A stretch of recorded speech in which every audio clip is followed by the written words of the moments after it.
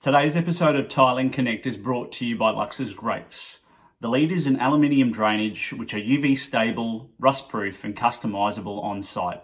Available in your local tile or plumbing shop.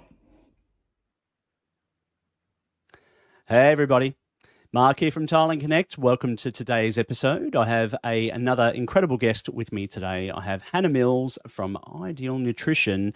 And as we have it in every episode, Mark doesn't like to talk too much and chew up the airtime because that wastes minutes. So I'm going to kick off and say hello, welcome, Hanah. Hello, Mark. Thank you for having me. You're very welcome. Thanks for agreeing to come on today. And we're sort of taking a little bit of a, well, let's say, right-hand turn on Tiling Connect today. We haven't touched on the subject of nutrition or health, well, mental health we've touched on, but not health as in food and what it can do to the body and that sort of thing. I think that the audience would really love, or our community would really love, to hear from someone who's an expert in that field. And no better person than Hanah, who I met Hanah roughly around 12 months ago now, and I found Ideal Nutrition online. And I also found that it was very difficult to find awesome nutritionists in the Brisbane area. Now, that might just be my search criteria, I'm not sure. But I found Hanah and she was amazing. She put me on track and excellent follow-up, and gave me all of the recipes and the right foods to eat and the portions, and yeah, she was really awesome. So Hanah, thanks for coming on today. I'm going to stop now because I know sometimes I can just really keep going forever. Absolutely flattered. Thank you so much. That's so kind. Now, please tell us about Hanah Mills and more about Ideal Nutrition, and more importantly, why do you do what you do? That's a great question. So yeah, I am an accredited practicing dietitian and sports dietitian. I've been in the industry for a couple of years and working with Ideal for nearly 2.5 years now, and absolutely loving it. Why do I do what I do is a great question. I threw around a couple of different ideas as to what I wanted to be when I grew up, when I left uni. And I found that I kept leading towards the sports and health space. And nutrition just continued to interest me. I was working as a PT at the time, writing blog posts for a website, and kept wanting to talk about nutrition. So studied the degree, and here I am today. Nice. And where did you study that degree?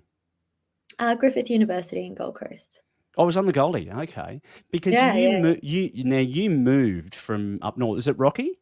Yeah, good memory. Yes, I thought so. So you moved from Rockhampton. When did you get down to? Did you go from Rockhampton straight to the Gold Coast? Fresh out of school, 17. Yeah. Wow. Why did you leave so quickly? What happened? I was just excited. Yeah.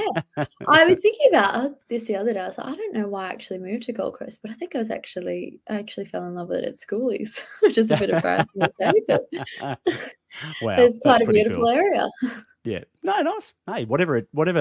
There's always things in life that happen, right? That impact what you do, and that was clearly one. It was like, I love this place. There's absolutely sun, sand. Why would surf. you not want to live at the beach? You know what I mean? Yeah, exactly right. Yeah. Well, that's so cool. Well, let's get in. I've got some fantastic questions organised for today, because being not just tiling trade, but certainly being tradespeople, they certainly have they have challenges, right? And one of them is time, I think, and we'll probably touch on that a bit today. But we certainly they're working very fast-paced lives, and they're starting early hours of the morning. They all, majority of them have families, and they're trying to balance and juggle being a sole trader, running a business, running other people, running jobs or projects. And I think there's always a number of things that fall apart throughout their day. And one of them particularly can be nutrition and food, not saying that necessarily is. So I think if we can use today's platform to help them, I think you're the best person to help us out there and share some stuff. So we've got a whole bunch of questions here to ask, and let's see if we can unpack more about, the most, well, let's say ideal nutrition supplements and foods to have to get it through the day, week and month and to improve your health. So I love this first one, and because this is for me as well. But what are some of the convenient portable snack options that provide sort of sustained energy throughout any sort of given workday? It's a great question. And if you know me or if you follow me on Instagram, you know that I hate cooking. So anything that's convenient, I am there for. Um, when we're thinking about something that's going to sustain us for the workday, we're thinking about something that's not going to spike the blood sugar, right? And then cause us to crash later on. Same with caffeine, that's not going to spike the adrenaline and then drop us later on. So we're looking for things that are basically going to release energy into our system slowly, but also, steadily, consistently, right? So examples of that, nutrient alone would be something like a complex carbohydrate, right? Because carbohydrates are the body's preferred source of energy, okay? And so they will slowly release energy across the day, allowing you to feel fueled but not get that high and low, right? But then when we're thinking about a snack, I'm always a big fan of binding it with our essential nutrients coming from fats and proteins as well. And obviously, if we've got high protein requirements because we're working out on site all day and using our muscles, or if you're looking to actually grow muscle or maintain muscle, there's high protein requirements as well. So then if we're thinking about a snack, we're like, okay, cool. How can I tick off those nutrients? And as a dietitian, I'll always say, how can I add a little bit of color? So having a look at convenient snacks, I'm a big fan of, for example, those cheese and cracker biscuits.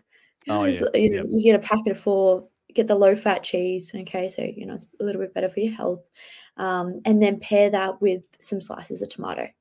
Boom. You've got your protein, carbs, fats, and a bit of color. Yep. Okay, another example would be like an up and go. Okay, you're getting a bit of protein, a bit of carbs, a bit of fat, and then pairing that with a piece of fruit.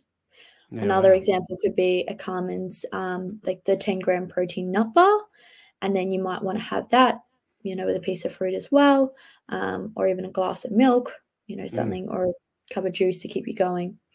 I always love the YoPros or a Chobani Fit, those high protein yogurts. They're often lower in calories, and then you can combine them with some fruit, or if you need some extra energy and something that's a little bit more sustainable, you might want to combine it with a bit of granola or fruit and nut mix as well. Yeah. Yeah, wow. There's some awesome suggestions, and I love that, right? So it's, to be able to implement that into your life, you really need to be prepared for the week ahead, right?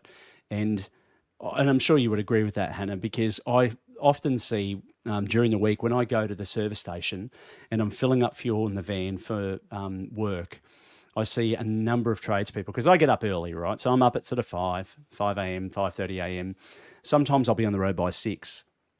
And you often see tradies in their gear, and the first thing they're running towards is the pie the pie sort of area, and there'll be, I don't know, 4 or 5 cans of Red Bull under one arm, and there'll be a couple of pies and a sausage roll under the other. So clearly, that's not the best way to start your day. Yeah, well, like also thinking about that, okay, is the reason we're going for the Red Bull because we know we're going to get a crash or a slump from the, heavy fat food coming from the sausage roll or the pie? When you really think about how these foods make you feel, this is something that I encourage people to do quite often. And it can be hard to be aware of, but okay, cool. I've gone to the servo, and you could do an experiment for yourself for a week, right? You go, on Monday, I'm going to get a pie. On Tuesday, I'm going to get a sandwich. On Wednesday, I'm going to have a Rockaby, like the protein smoothie, and a nut bar. And, experiment with a couple of different things and see how you genuinely feel, and see how you feel a couple of hours after, and then a couple of hours after that. Yeah. If you really care about how you feel, then, tuning into that and making adjustments accordingly is going to be really beneficial. And I think if we're needing to opt for, such heavy loads of caffeine or sugar hits throughout the day, then maybe we need to reconsider, okay, how much sleep am I getting? How is my food quality? How is my exercise? Take your step back to reflect on the bigger picture as opposed to those quick fixes. Yeah. Yeah. Awesome feedback. Yeah, look, I probably won't offer too much insight into it because I'm not the expert. You are, but that's great. So let's move on to another question, because I know there's a lot today, and so when we look at things like trying to, and you've sort of partially answered this already, but when you're trying to find the best nutrients in your food, because obviously these guys are working in physically demanding conditions. What should they look out for when they're trying to identify the best foods to get? If they're planning and they're going shopping and they're doing all the right things, what should they be looking for? Yeah, great question. When I think about like food as a whole, I'm always considering energy first. So how much energy or how many calories or kilojoules am I consuming in a day? That's going to be the most important for, maintaining health and, body composition and energy throughout the day. So having a rough understanding of that is good. So you may want to calculate your energy requirements with a calorie calculator, or you may want to, see if you're maintaining your weight. And if you are, then that's usually a pretty good indication that you're meeting your maintenance calories. So I'd start there. Then from there, having a look at, okay, what is making up this energy? So I know it's so general and generic, but this is something that I wish I looked to before I looked to social media and stuff like that, when I was looking to optimize my health, before I did my degree. The Australian Guide to Healthy Eating, that balanced plate where it's got a bit of protein, a bit of carb, a bit of, fruit, veg, calcium, and what have I missed? Grains. Have each of your meals got that?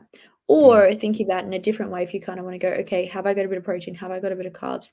Have I got a bit of fat? Have I got a bit of fruit and veg? Like I was saying before, the carbs coming from whole grains and fruits, they are going to provide more of that sustained energy across the day. Okay, because they have that fiber with it, it breaks down slowly, so provide that gradual energy. That protein is essential for the body in order to survive and function properly, but it's going to help repair your muscles and things like that across the day. The fats, they're going to help with healthy cell production and hormone production and nerve conduction and things like that. So trying to get a little bit of each of them. Then comes the question, okay, can I do it through, and if it fits your macro style, where you're kind of getting it from a lot of processed foods. Yeah. But if you're just trying to wrap your head around the basics, I would go to that Australian Guide to Healthy Eating, try to get the majority of your energy intake coming from those whole foods. And then as you get more confident over time, then you can become more specific. Nice. And I'm sure, Hanah, if I ask really nicely, you can share that link with me after the show. And I'll put that in the show notes. Calculator? Yes. Have you got it? Is there like a link to a website? Yeah, absolutely. So we actually have one on our website, shameless plug. Just the Ideal Nutrition Calorie Calculator.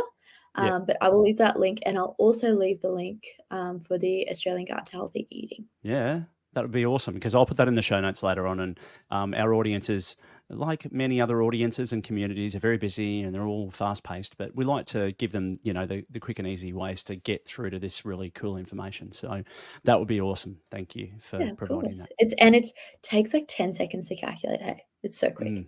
Nice. Awesome. Yeah. Thank you. Let's talk about dietary specific considerations. I imagine that, and again, I know that some of these questions are going to fold over one to the other, but we're talking about muscle recovery and trying to prevent fatigue. Are there any specific, requirements there that people should consider when working out, in the hot sun, doing the sort of the work that they are? Absolutely. So first, if we're thinking about recovery alone, it is going to come back to, okay, am I nailing my energy requirements? You know, if you don't have enough energy on board coming from your calories or kilojoules, then your body doesn't have enough energy to then repair tissue. Okay, you got to think about it, the way I like to describe it is kind of like construction workers. If we don't have enough bricks to build a building, then you're not going to be able to build that building effectively, right? Or it's going to take a really long time, whatever it is. Yeah. So I would have loved to have used a tiling analogy there, but I don't know heaps about tiling. bricks is pretty good. yeah. So it's that same thing, right? Like we need to be fueling adequately to then be able to build and repair. Yeah. So that's the first thing. Second thing is obviously protein requirements. So we know that protein are the building blocks of muscle, and they also support cell and tissue repair as well. So with protein, meeting your daily requirements. So for general health outcomes, we're aiming for 0.8 to 1.2 grams per kilo body weight of protein per day. Okay, so say, for example, someone weighs 100 kilos, the minimum requirement would be 80 grams. The maximum, or that higher end of the range there, would be 120 grams. Yeah, right. But for people to really support muscle growth and maintenance, you know, say if they're in a slight calorie deficit, then we're looking at the 1.6 to 2.2 grams per kilo body weight of protein per day. Right. So that would be the start. And then, you know, trying to distribute that protein evenly across the day.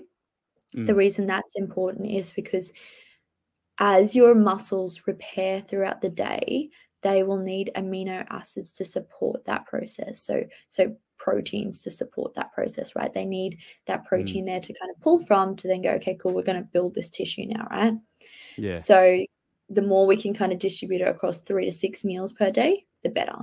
Yeah. Then from there, having a look, once again, everyone hates me saying this, or any dietitian saying this, but that diet quality. Are you getting enough fruits and veggies? Because they are going to play key roles in supporting energy levels and, you know, the natural processes within the body, but also, you know, getting rid of toxins that may build up and cause a bit of inflammation and, you know, prevent that recovery.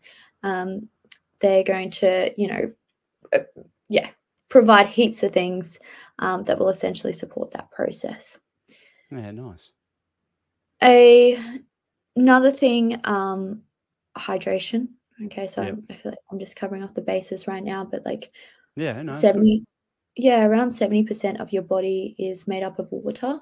So if you are not fueling yourself adequately with that water, then you are not going to support that, you know, repair process for your body.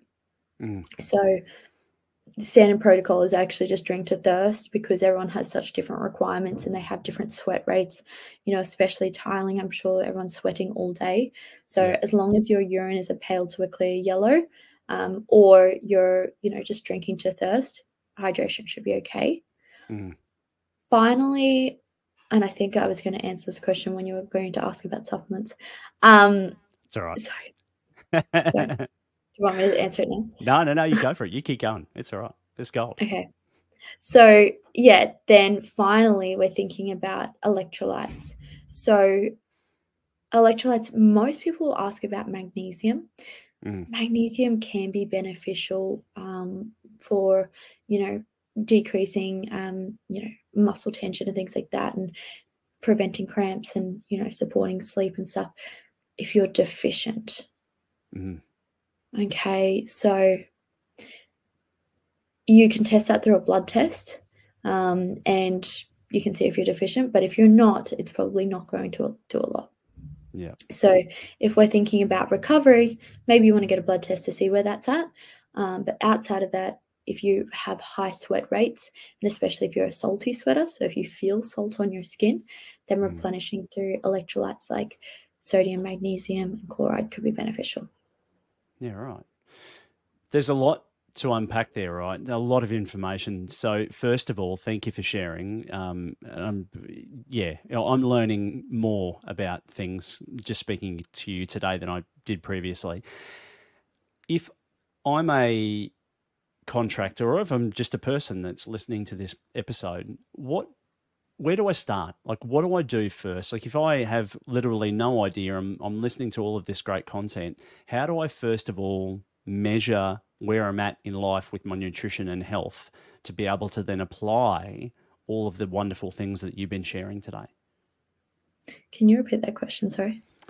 Where do I start? So how do I understand where my health is at today?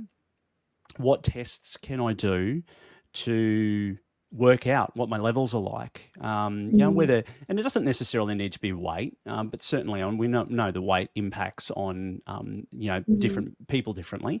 But how do I know where to start? Like if I'm lost, right? I'm just going, I'm listening to this episode. All of the information is fantastic, but I really don't know even what my levels are like. Should I be taking magnesium? Shouldn't I be taking magnesium? Should I be eating that food? Shouldn't I? Obviously there's ideal nutrition, but yeah, give us a look in. Like, what is the standard process for someone to go, I really need to start somewhere? What is that starting point? That's a great question.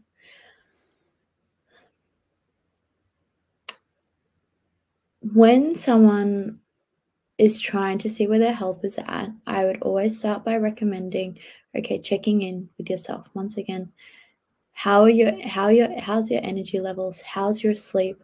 How's your concentration? How are you functioning throughout the day? How are your hunger levels? Checking in on all those things, like your body's natural senses. The next thing I would say is checking on your weight. Are you weight stable?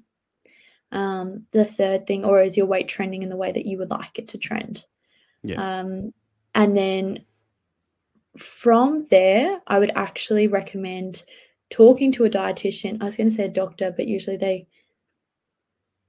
they'll overlook certain nutrients and things like that. So I'd probably say talk to a dietitian about your goals and your particular issues, and then they can usually recommend specific blood tests that will align with that. So, for example, like I recommend, most people do a blood test once a year or once every couple of years, obviously more as you get older. But seeing, where your LFTs at, where is your kidney and liver function test at, where's your red white blood cells at, where's your, in terms of like specific nutrients, I would have a look at cholesterol, fasting blood sugar, they'll tell you a good indicator. Well, those ones I've mentioned will tell you a good indicator of how your health is going as a whole and how, your body's working. But then from there, maybe you're feeling fatigued quite often.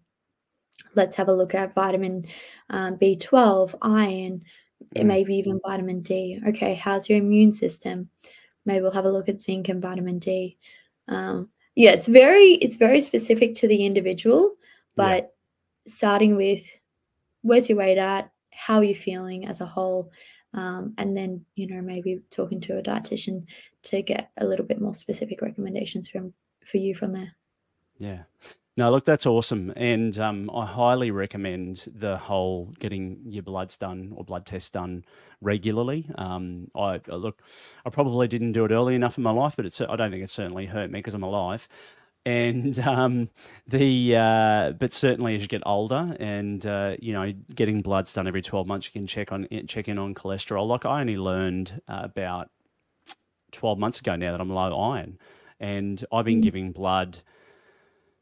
I've been donating blood now for like 3 or 4 years, and the first thing the GP said to me when he found out that I had low iron, he said, "Stop immediately."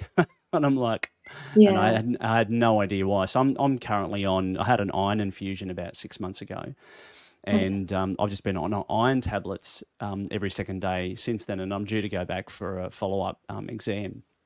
But then it's a hard field to navigate your health. That's okay. It's a hard field to navigate your health because the doctor that I went and saw at the hospital, who I was referred to for further follow-ups, said to me, I don't know why you're here. He goes, you're a 46-year-old male, you're in, pretty good physical health. You go to the gym 5-6 days a week. You eat pretty healthy, thanks to Hanah Mills. And shameless plug there. And He goes, "You've just got low iron." He goes, "I don't get it." He goes, I want you to get back and start giving blood because we need blood. That's just, we don't have enough and we need more."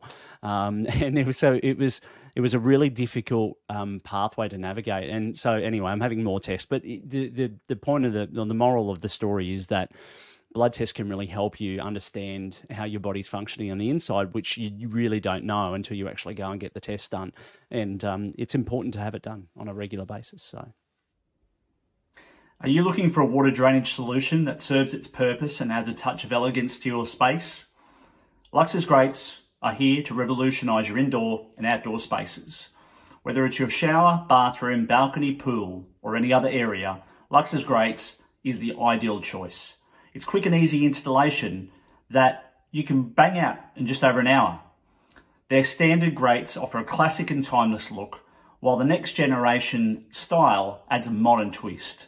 Lux's Grates are made of high quality anodized aluminium, ensuring durability and longevity. Cool. Hanah, more amazing questions coming up. So, quick and easy meals to prepare and get ready for a hard day's work, particularly if you're a tradie. Have you got any tips and tricks on what are some quick and easy meals to prepare to keep eating healthy while you're doing trade, or you're working in trade? Absolutely. I, once again, hate cooking, so don't expect anyone to spend longer than an hour in the kitchen per week. But usually what I recommend is, look, if you do have a day off, say, for example, it's a Sunday, you might, if we're thinking about quick as possible, you might want to have your standard click and collect order ready to go. You want to make sure it ticks off all your nutrients. Boom. Now you don't have to think. You've got all the things ready to go. Go to the shops, grab that. Then what you might want to do is, have a rice cooker at something at home. $14 from Kmart. Okay. Prep up your carbs at the start of the week and then prep up a whole heap of mince or chicken. Prep your proteins. Prep your protein, prep your carb. And then, each day you can throw a bag of frozen veg with it. You can add a salad mix to it to keep it a bit more fresh if you'd like to. That's super easy. Or you might want to, do a bit more of a traditional meal prep path that takes a little bit longer than 20 minutes, but maybe it's an hour or two and all of a sudden you've got a lot of really flavoursome meals that you just have to put in the microwave each day, ready to go. Other options, I always recommend, having ready-made meals in the freezer, as backup options when you do run out of meal prep. So, Strength Meals Co., My Muscle Chef meals, Super Nature Bowls, heaps of those well-balanced meals.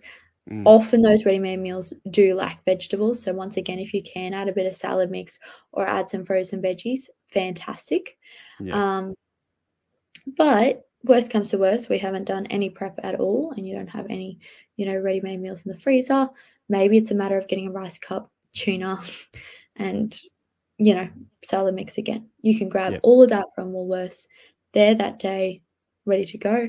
Or if we're going to the survey, cool, get a salad, get a sandwich and get a high protein but low sugar milk like the Rockaby shakes, for example.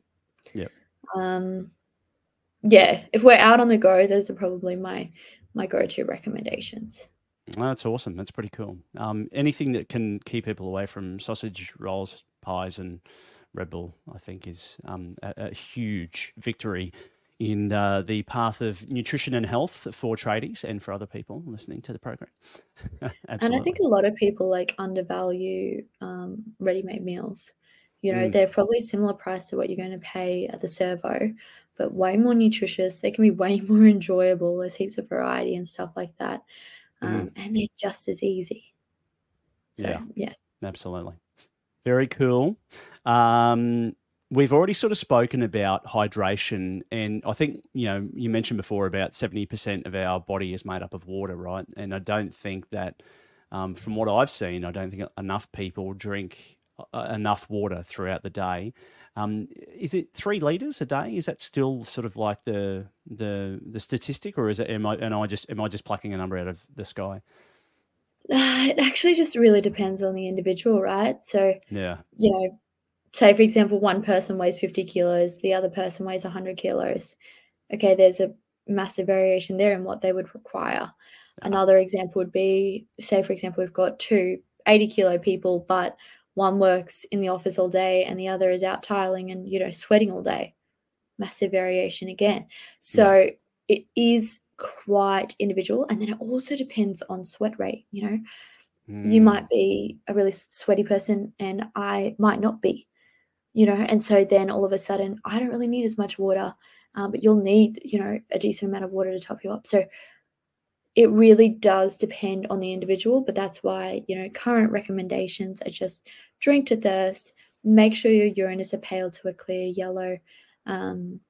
You can do sweat rate testing, but that's usually what we recommend for athletes. And it's probably a little bit extreme in these scenarios. So I don't know. There's a few, pretty good tiling influencers out there on Instagram. I reckon they're athletes. With the amount of content that they're pumping out there, they could be. Maybe we get them to try a sweat rate test. Yeah, because I reckon that there's a few guys in Melbourne. They got 200,000 plus followers. They'd be athletes. They have to be athletes, right? I mean, seriously, you can't get that many followers and not be an athlete. Oh, 100%. Yeah, maybe we start experimenting, Mark.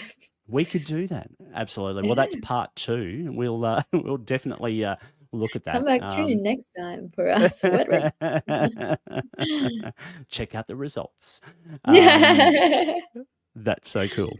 No, that's cool. Apart from water, though, in terms of hydration, we all know that sort of water is the most common source of hydration. Are there any other things that people can consider? I mean, obviously, you want to steer away from caffeine because it's not a hydration product, but are there other things that they should consider, like electrolytes and drink, and like the sports drinks and things like that?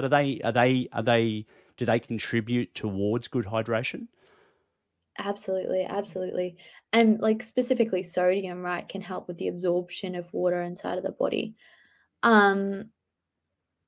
Once again, I would pick and choose, depending on the individual. So say, for example, we've got high blood pressure or hypertension, then steering away from high sodium products is probably a good idea. But, maybe we're in a healthy body, there's no chronic disease present, and quite active, and you're quite a heavy sweater, then, replenishing with electrolytes could be beneficial because it can help with that absorption. Now, the research is a little bit mixed on whether we need electrolytes because we get so many electrolytes through our diet alone. Okay, so say, for example, 70% of Australia's sodium intake actually comes from packaged foods. So we eat a lot of packaged foods. Naturally, we're probably going to hit our sodium requirements.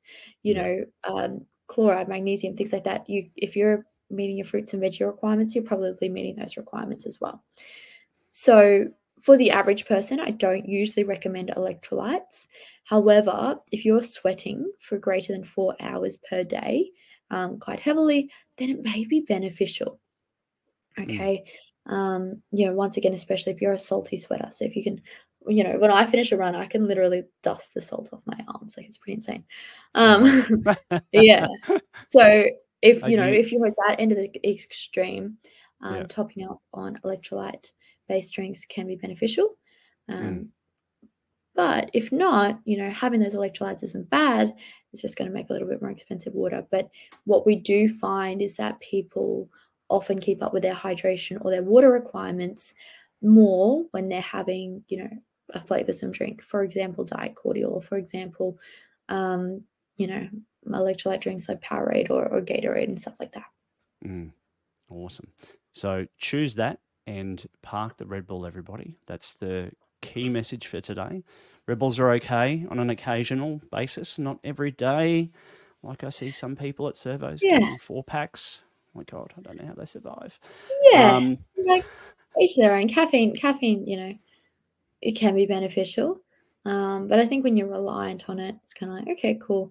Can we have a look at other factors that can optimize our energy throughout the day as opposed to caffeine? But I'm not against a little bit of caffeine. Oh, no, I'm not against it. Especially if if it's a sugar-free energy drink.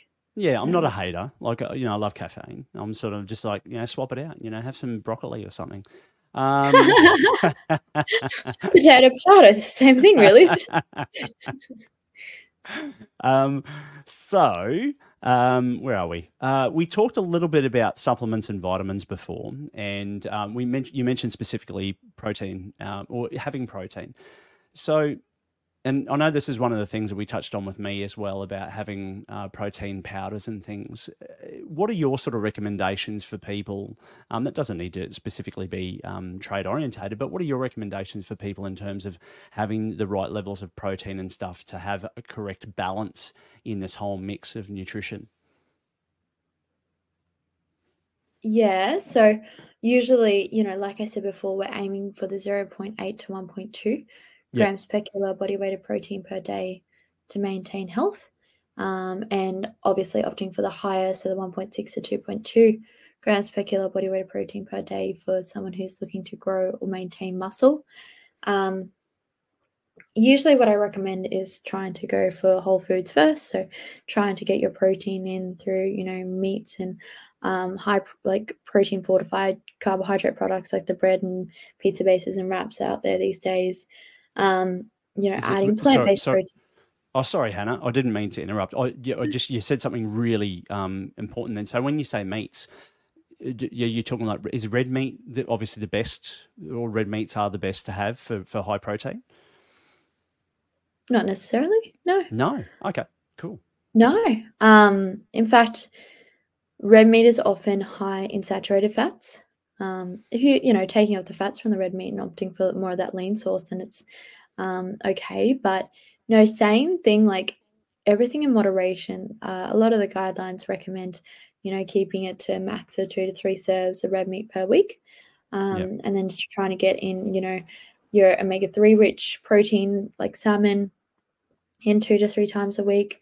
And then, opting for more of that lean white meat like fish or chicken, or even plant-based protein sources for the rest of the week like tofu and tempeh and TVP.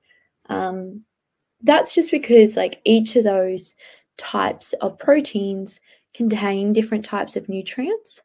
And so if you think about like, instead of overthinking, oh, I need to top up on this nutrient, I need to top up on this nutrient, I need to top up on this nutrient, by aiming for a variety of whole foods each week, then you can naturally top up those requirements. For example, for you, Mark, where you're looking to optimize your iron, getting those 3 serves of red meat in per week is going to be beneficial.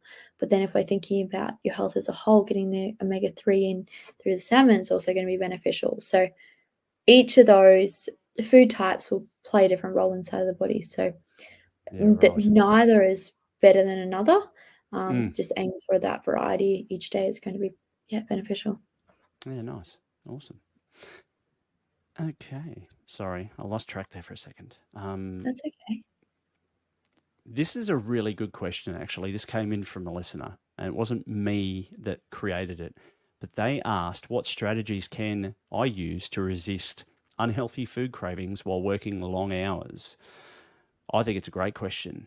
Hannah? I think it's a fantastic question. And something that I feel like I should talk about more on my Instagram. What I want to use today is a very extreme example, because I think extreme examples put things in a perspective for people, and then we can work backwards from there. Sorry, I just need a cough.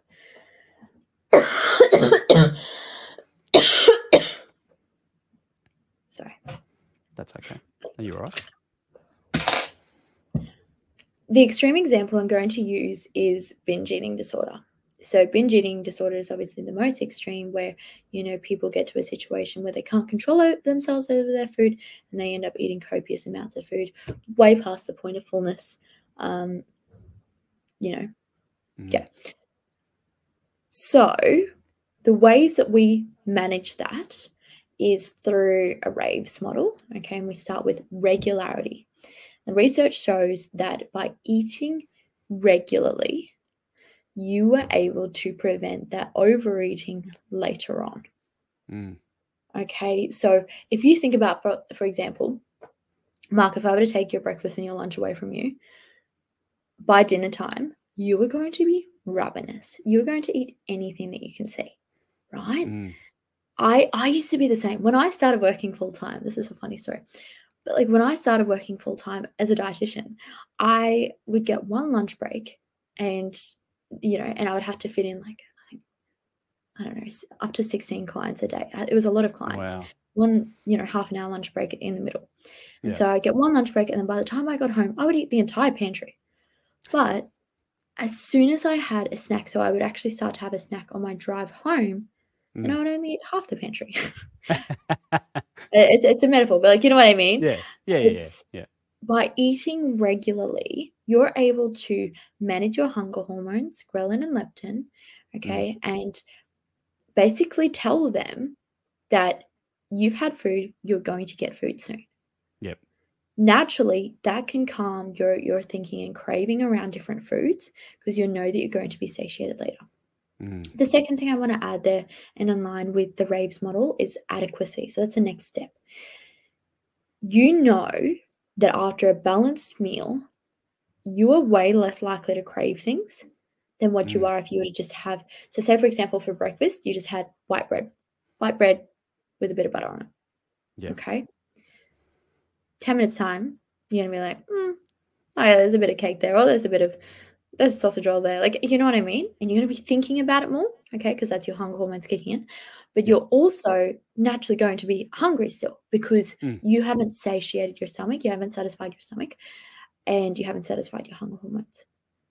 So by having that balance of the protein, carbs, fats, and a bit of veg, or a bit of color coming from fruit as well, you are then able to satisfy your hunger hormones, satisfy your stomach, and genuinely feel good, and then think about that food less.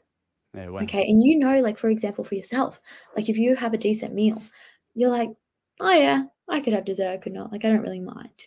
But if you're still hungry, you're way more likely to have that food. Yeah. The next thing I will say, it's also kind of in line with the Raves model, is so V is variety. It's the next step. But I just kind of want to bring this into a more of a practical application. When you restrict yourself from certain food types, you are going to crave them more. Think about, like, go back to your childhood instincts, right? Think about when you were a child and your mom was like, don't touch this. What are you going to do? You're going to want to touch it, whatever it is, right? Yeah. You always want what you can't have. So that same thing goes with food. If you tell yourself, I can't have chocolate, you're going to want chocolate so much more. Okay, so when you notice those cravings pop up, have that food that you feel like. Don't allow that craving to build up, and then don't allow the guilt, and this is easier said than done, but to manifest or fester after having that food. It's just food. We're allowed to have all the different types of food. Obviously, it's best if we're fueling ourselves, but treats are also important. Yeah. So one thing, when you and I first met, that was the one thing that I really enjoyed was the fact that you brought treats into the conversation, and I love snacking. Not to say that was the only thing that I took away from our meetings, because I've applied everything else, of course. But certainly having a balance and having reward. It's sort of a reward, right? Because you work your ass off. Typically, when you're trying to build the right plate of food to eat, to have the right nutrition, to have the right energy levels, to have the right output and that sort of thing. So it's good to be able to sit back and go, you know what, I'm just going to have that ice cream because I deserve it. 100%. And I think that's something a lot of my clients say, is that they're like, oh my God, like I can have these lollies, I can have this. And it's like, yeah, why can't you? You know what I mean? Like if you, majority of your diet's like balanced, like, what's a little bit of lollies or chocolate going to do, Fantastic. Absolutely. Yeah. I love it. That's cool. Cool. And it's relevant. Hanah, we're sort of getting towards the end of the program. I've got a couple of really cool questions I want to ask. We've already covered that off. So when we talk about food nutrition, selecting all of the right foods. There's all of these labels and sort of stuff on products that make it really challenging to understand what to choose. Are there any sort of tips that you can provide that would help people make better or more informed choices about prepackaged foods? Yes. Where I would start is not looking at the marketing. That's actually probably where I would start. Or maybe, take a glimpse and then turn it over. Okay. What's the first thing that we're looking for when we turn it over? I would start with the ingredients list. So the ingredients list is actually written in order of the most prevalent food in that product to the least prevalent food in that product. So if the first ingredient is water, the majority of that product's water, right? And it goes down from there. So that is a really good way of kind of going, okay, how much is this a whole food? The second thing, how many ingredients are there? The less ingredients, the more of a whole food it's likely going to be. Once again, the more whole foods we can have, the better. Yeah. That's where I would start. Then the next place I would go to is the nutrition label. I'm going to talk about from the perspective of comparing products, because, unless you know your individual requirements and your individual requirements for snacks and meals, it can be hard to know what you're looking for. But if you're comparing different products, okay, where I would start with is, okay, are we looking to gain, maintain, or lose weight? The first section is that energy section. Then, if you're looking to gain weight, you want to have the highest amount of energy per 100 grams. If you're looking to lose weight, you want to have the product that has the lowest amount of energy per 100 grams. If you're looking to maintain, go in between, don't overthink it. Then from there, the next section is protein.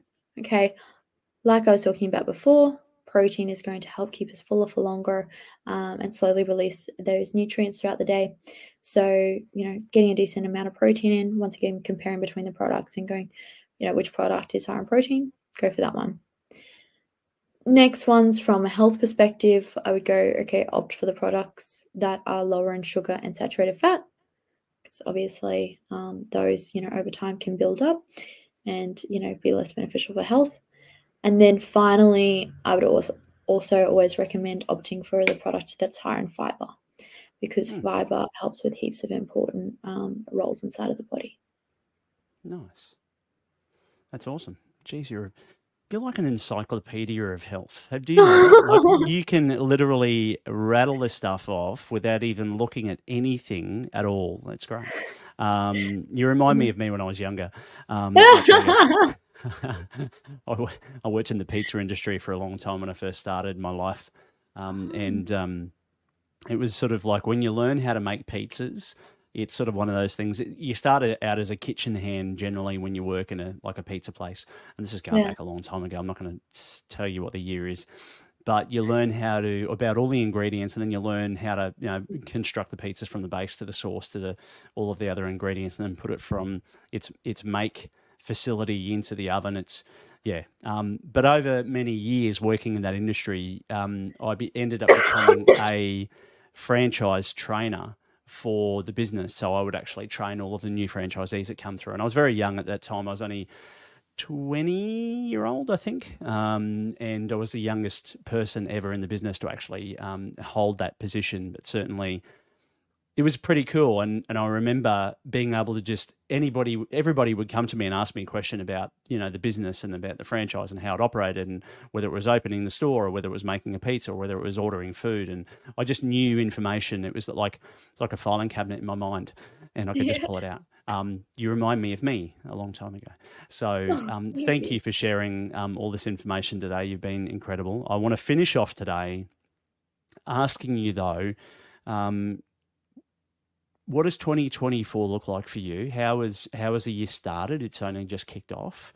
And what's going on personally and professionally, if you feel like sharing a little bit more about you and what you're going to do this year, and what are your big dreams and goals for 2024? I think this is such a beautiful question, so thank you for asking. For me this year, for a long time, I've wanted to work with a professional sporting team. I'm also a sports dietitian, so I want to somehow get my foot in the door there and, whatever it is, and get out on the field a little bit more and be a bit more hands-on. Nice. I love public speaking, so hopefully, do a presentation each month or something like that would be cool. Yeah.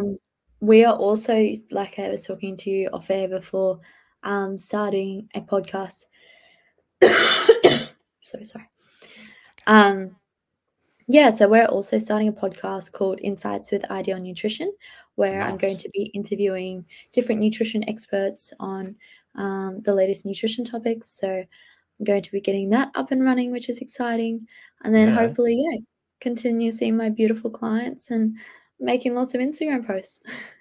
That's really cool. That is a pretty full-on year, and that's awesome. That's some really big, what I call BHAG moments for 2024, big, hairy, audacious goals. So you've got a lot on your plate, and I'm sure you'll kick goals every time you have a crack at each and every single one of them. So yeah, that's awesome. Well, Hanah, that's it for today, and I really want to thank you for being on the show. And I also want to extend an invitation to you because a lot of people listen to that are a part of our community, and it's growing so much every day. People love to connect in with the guests that come on the show. How do people reach out to you directly and/or Ideal Nutrition if they want to start that journey of health? Give us a look on how they can do that. First, I just want to say thank you so much for the kind words. And I would love to work with anyone as part of your team. But essentially, through the website is the Ideal Nutrition website, and you can always click the booking link there if you'd like to work with one of us. But also just my Instagram, Hanah Mills, Hanah with one N. My parents made that one difficult. But yeah, so out on Instagram, my DMs are always open if you have any questions. Nice. Awesome. Well, I will make sure that all of that is put into the show notes. And again, thank you so much for being on the show today. We really enjoyed having you on. And as every show wraps up, until next time, stay connected. Awesome. Thank you, Mark. Thanks, Hanah.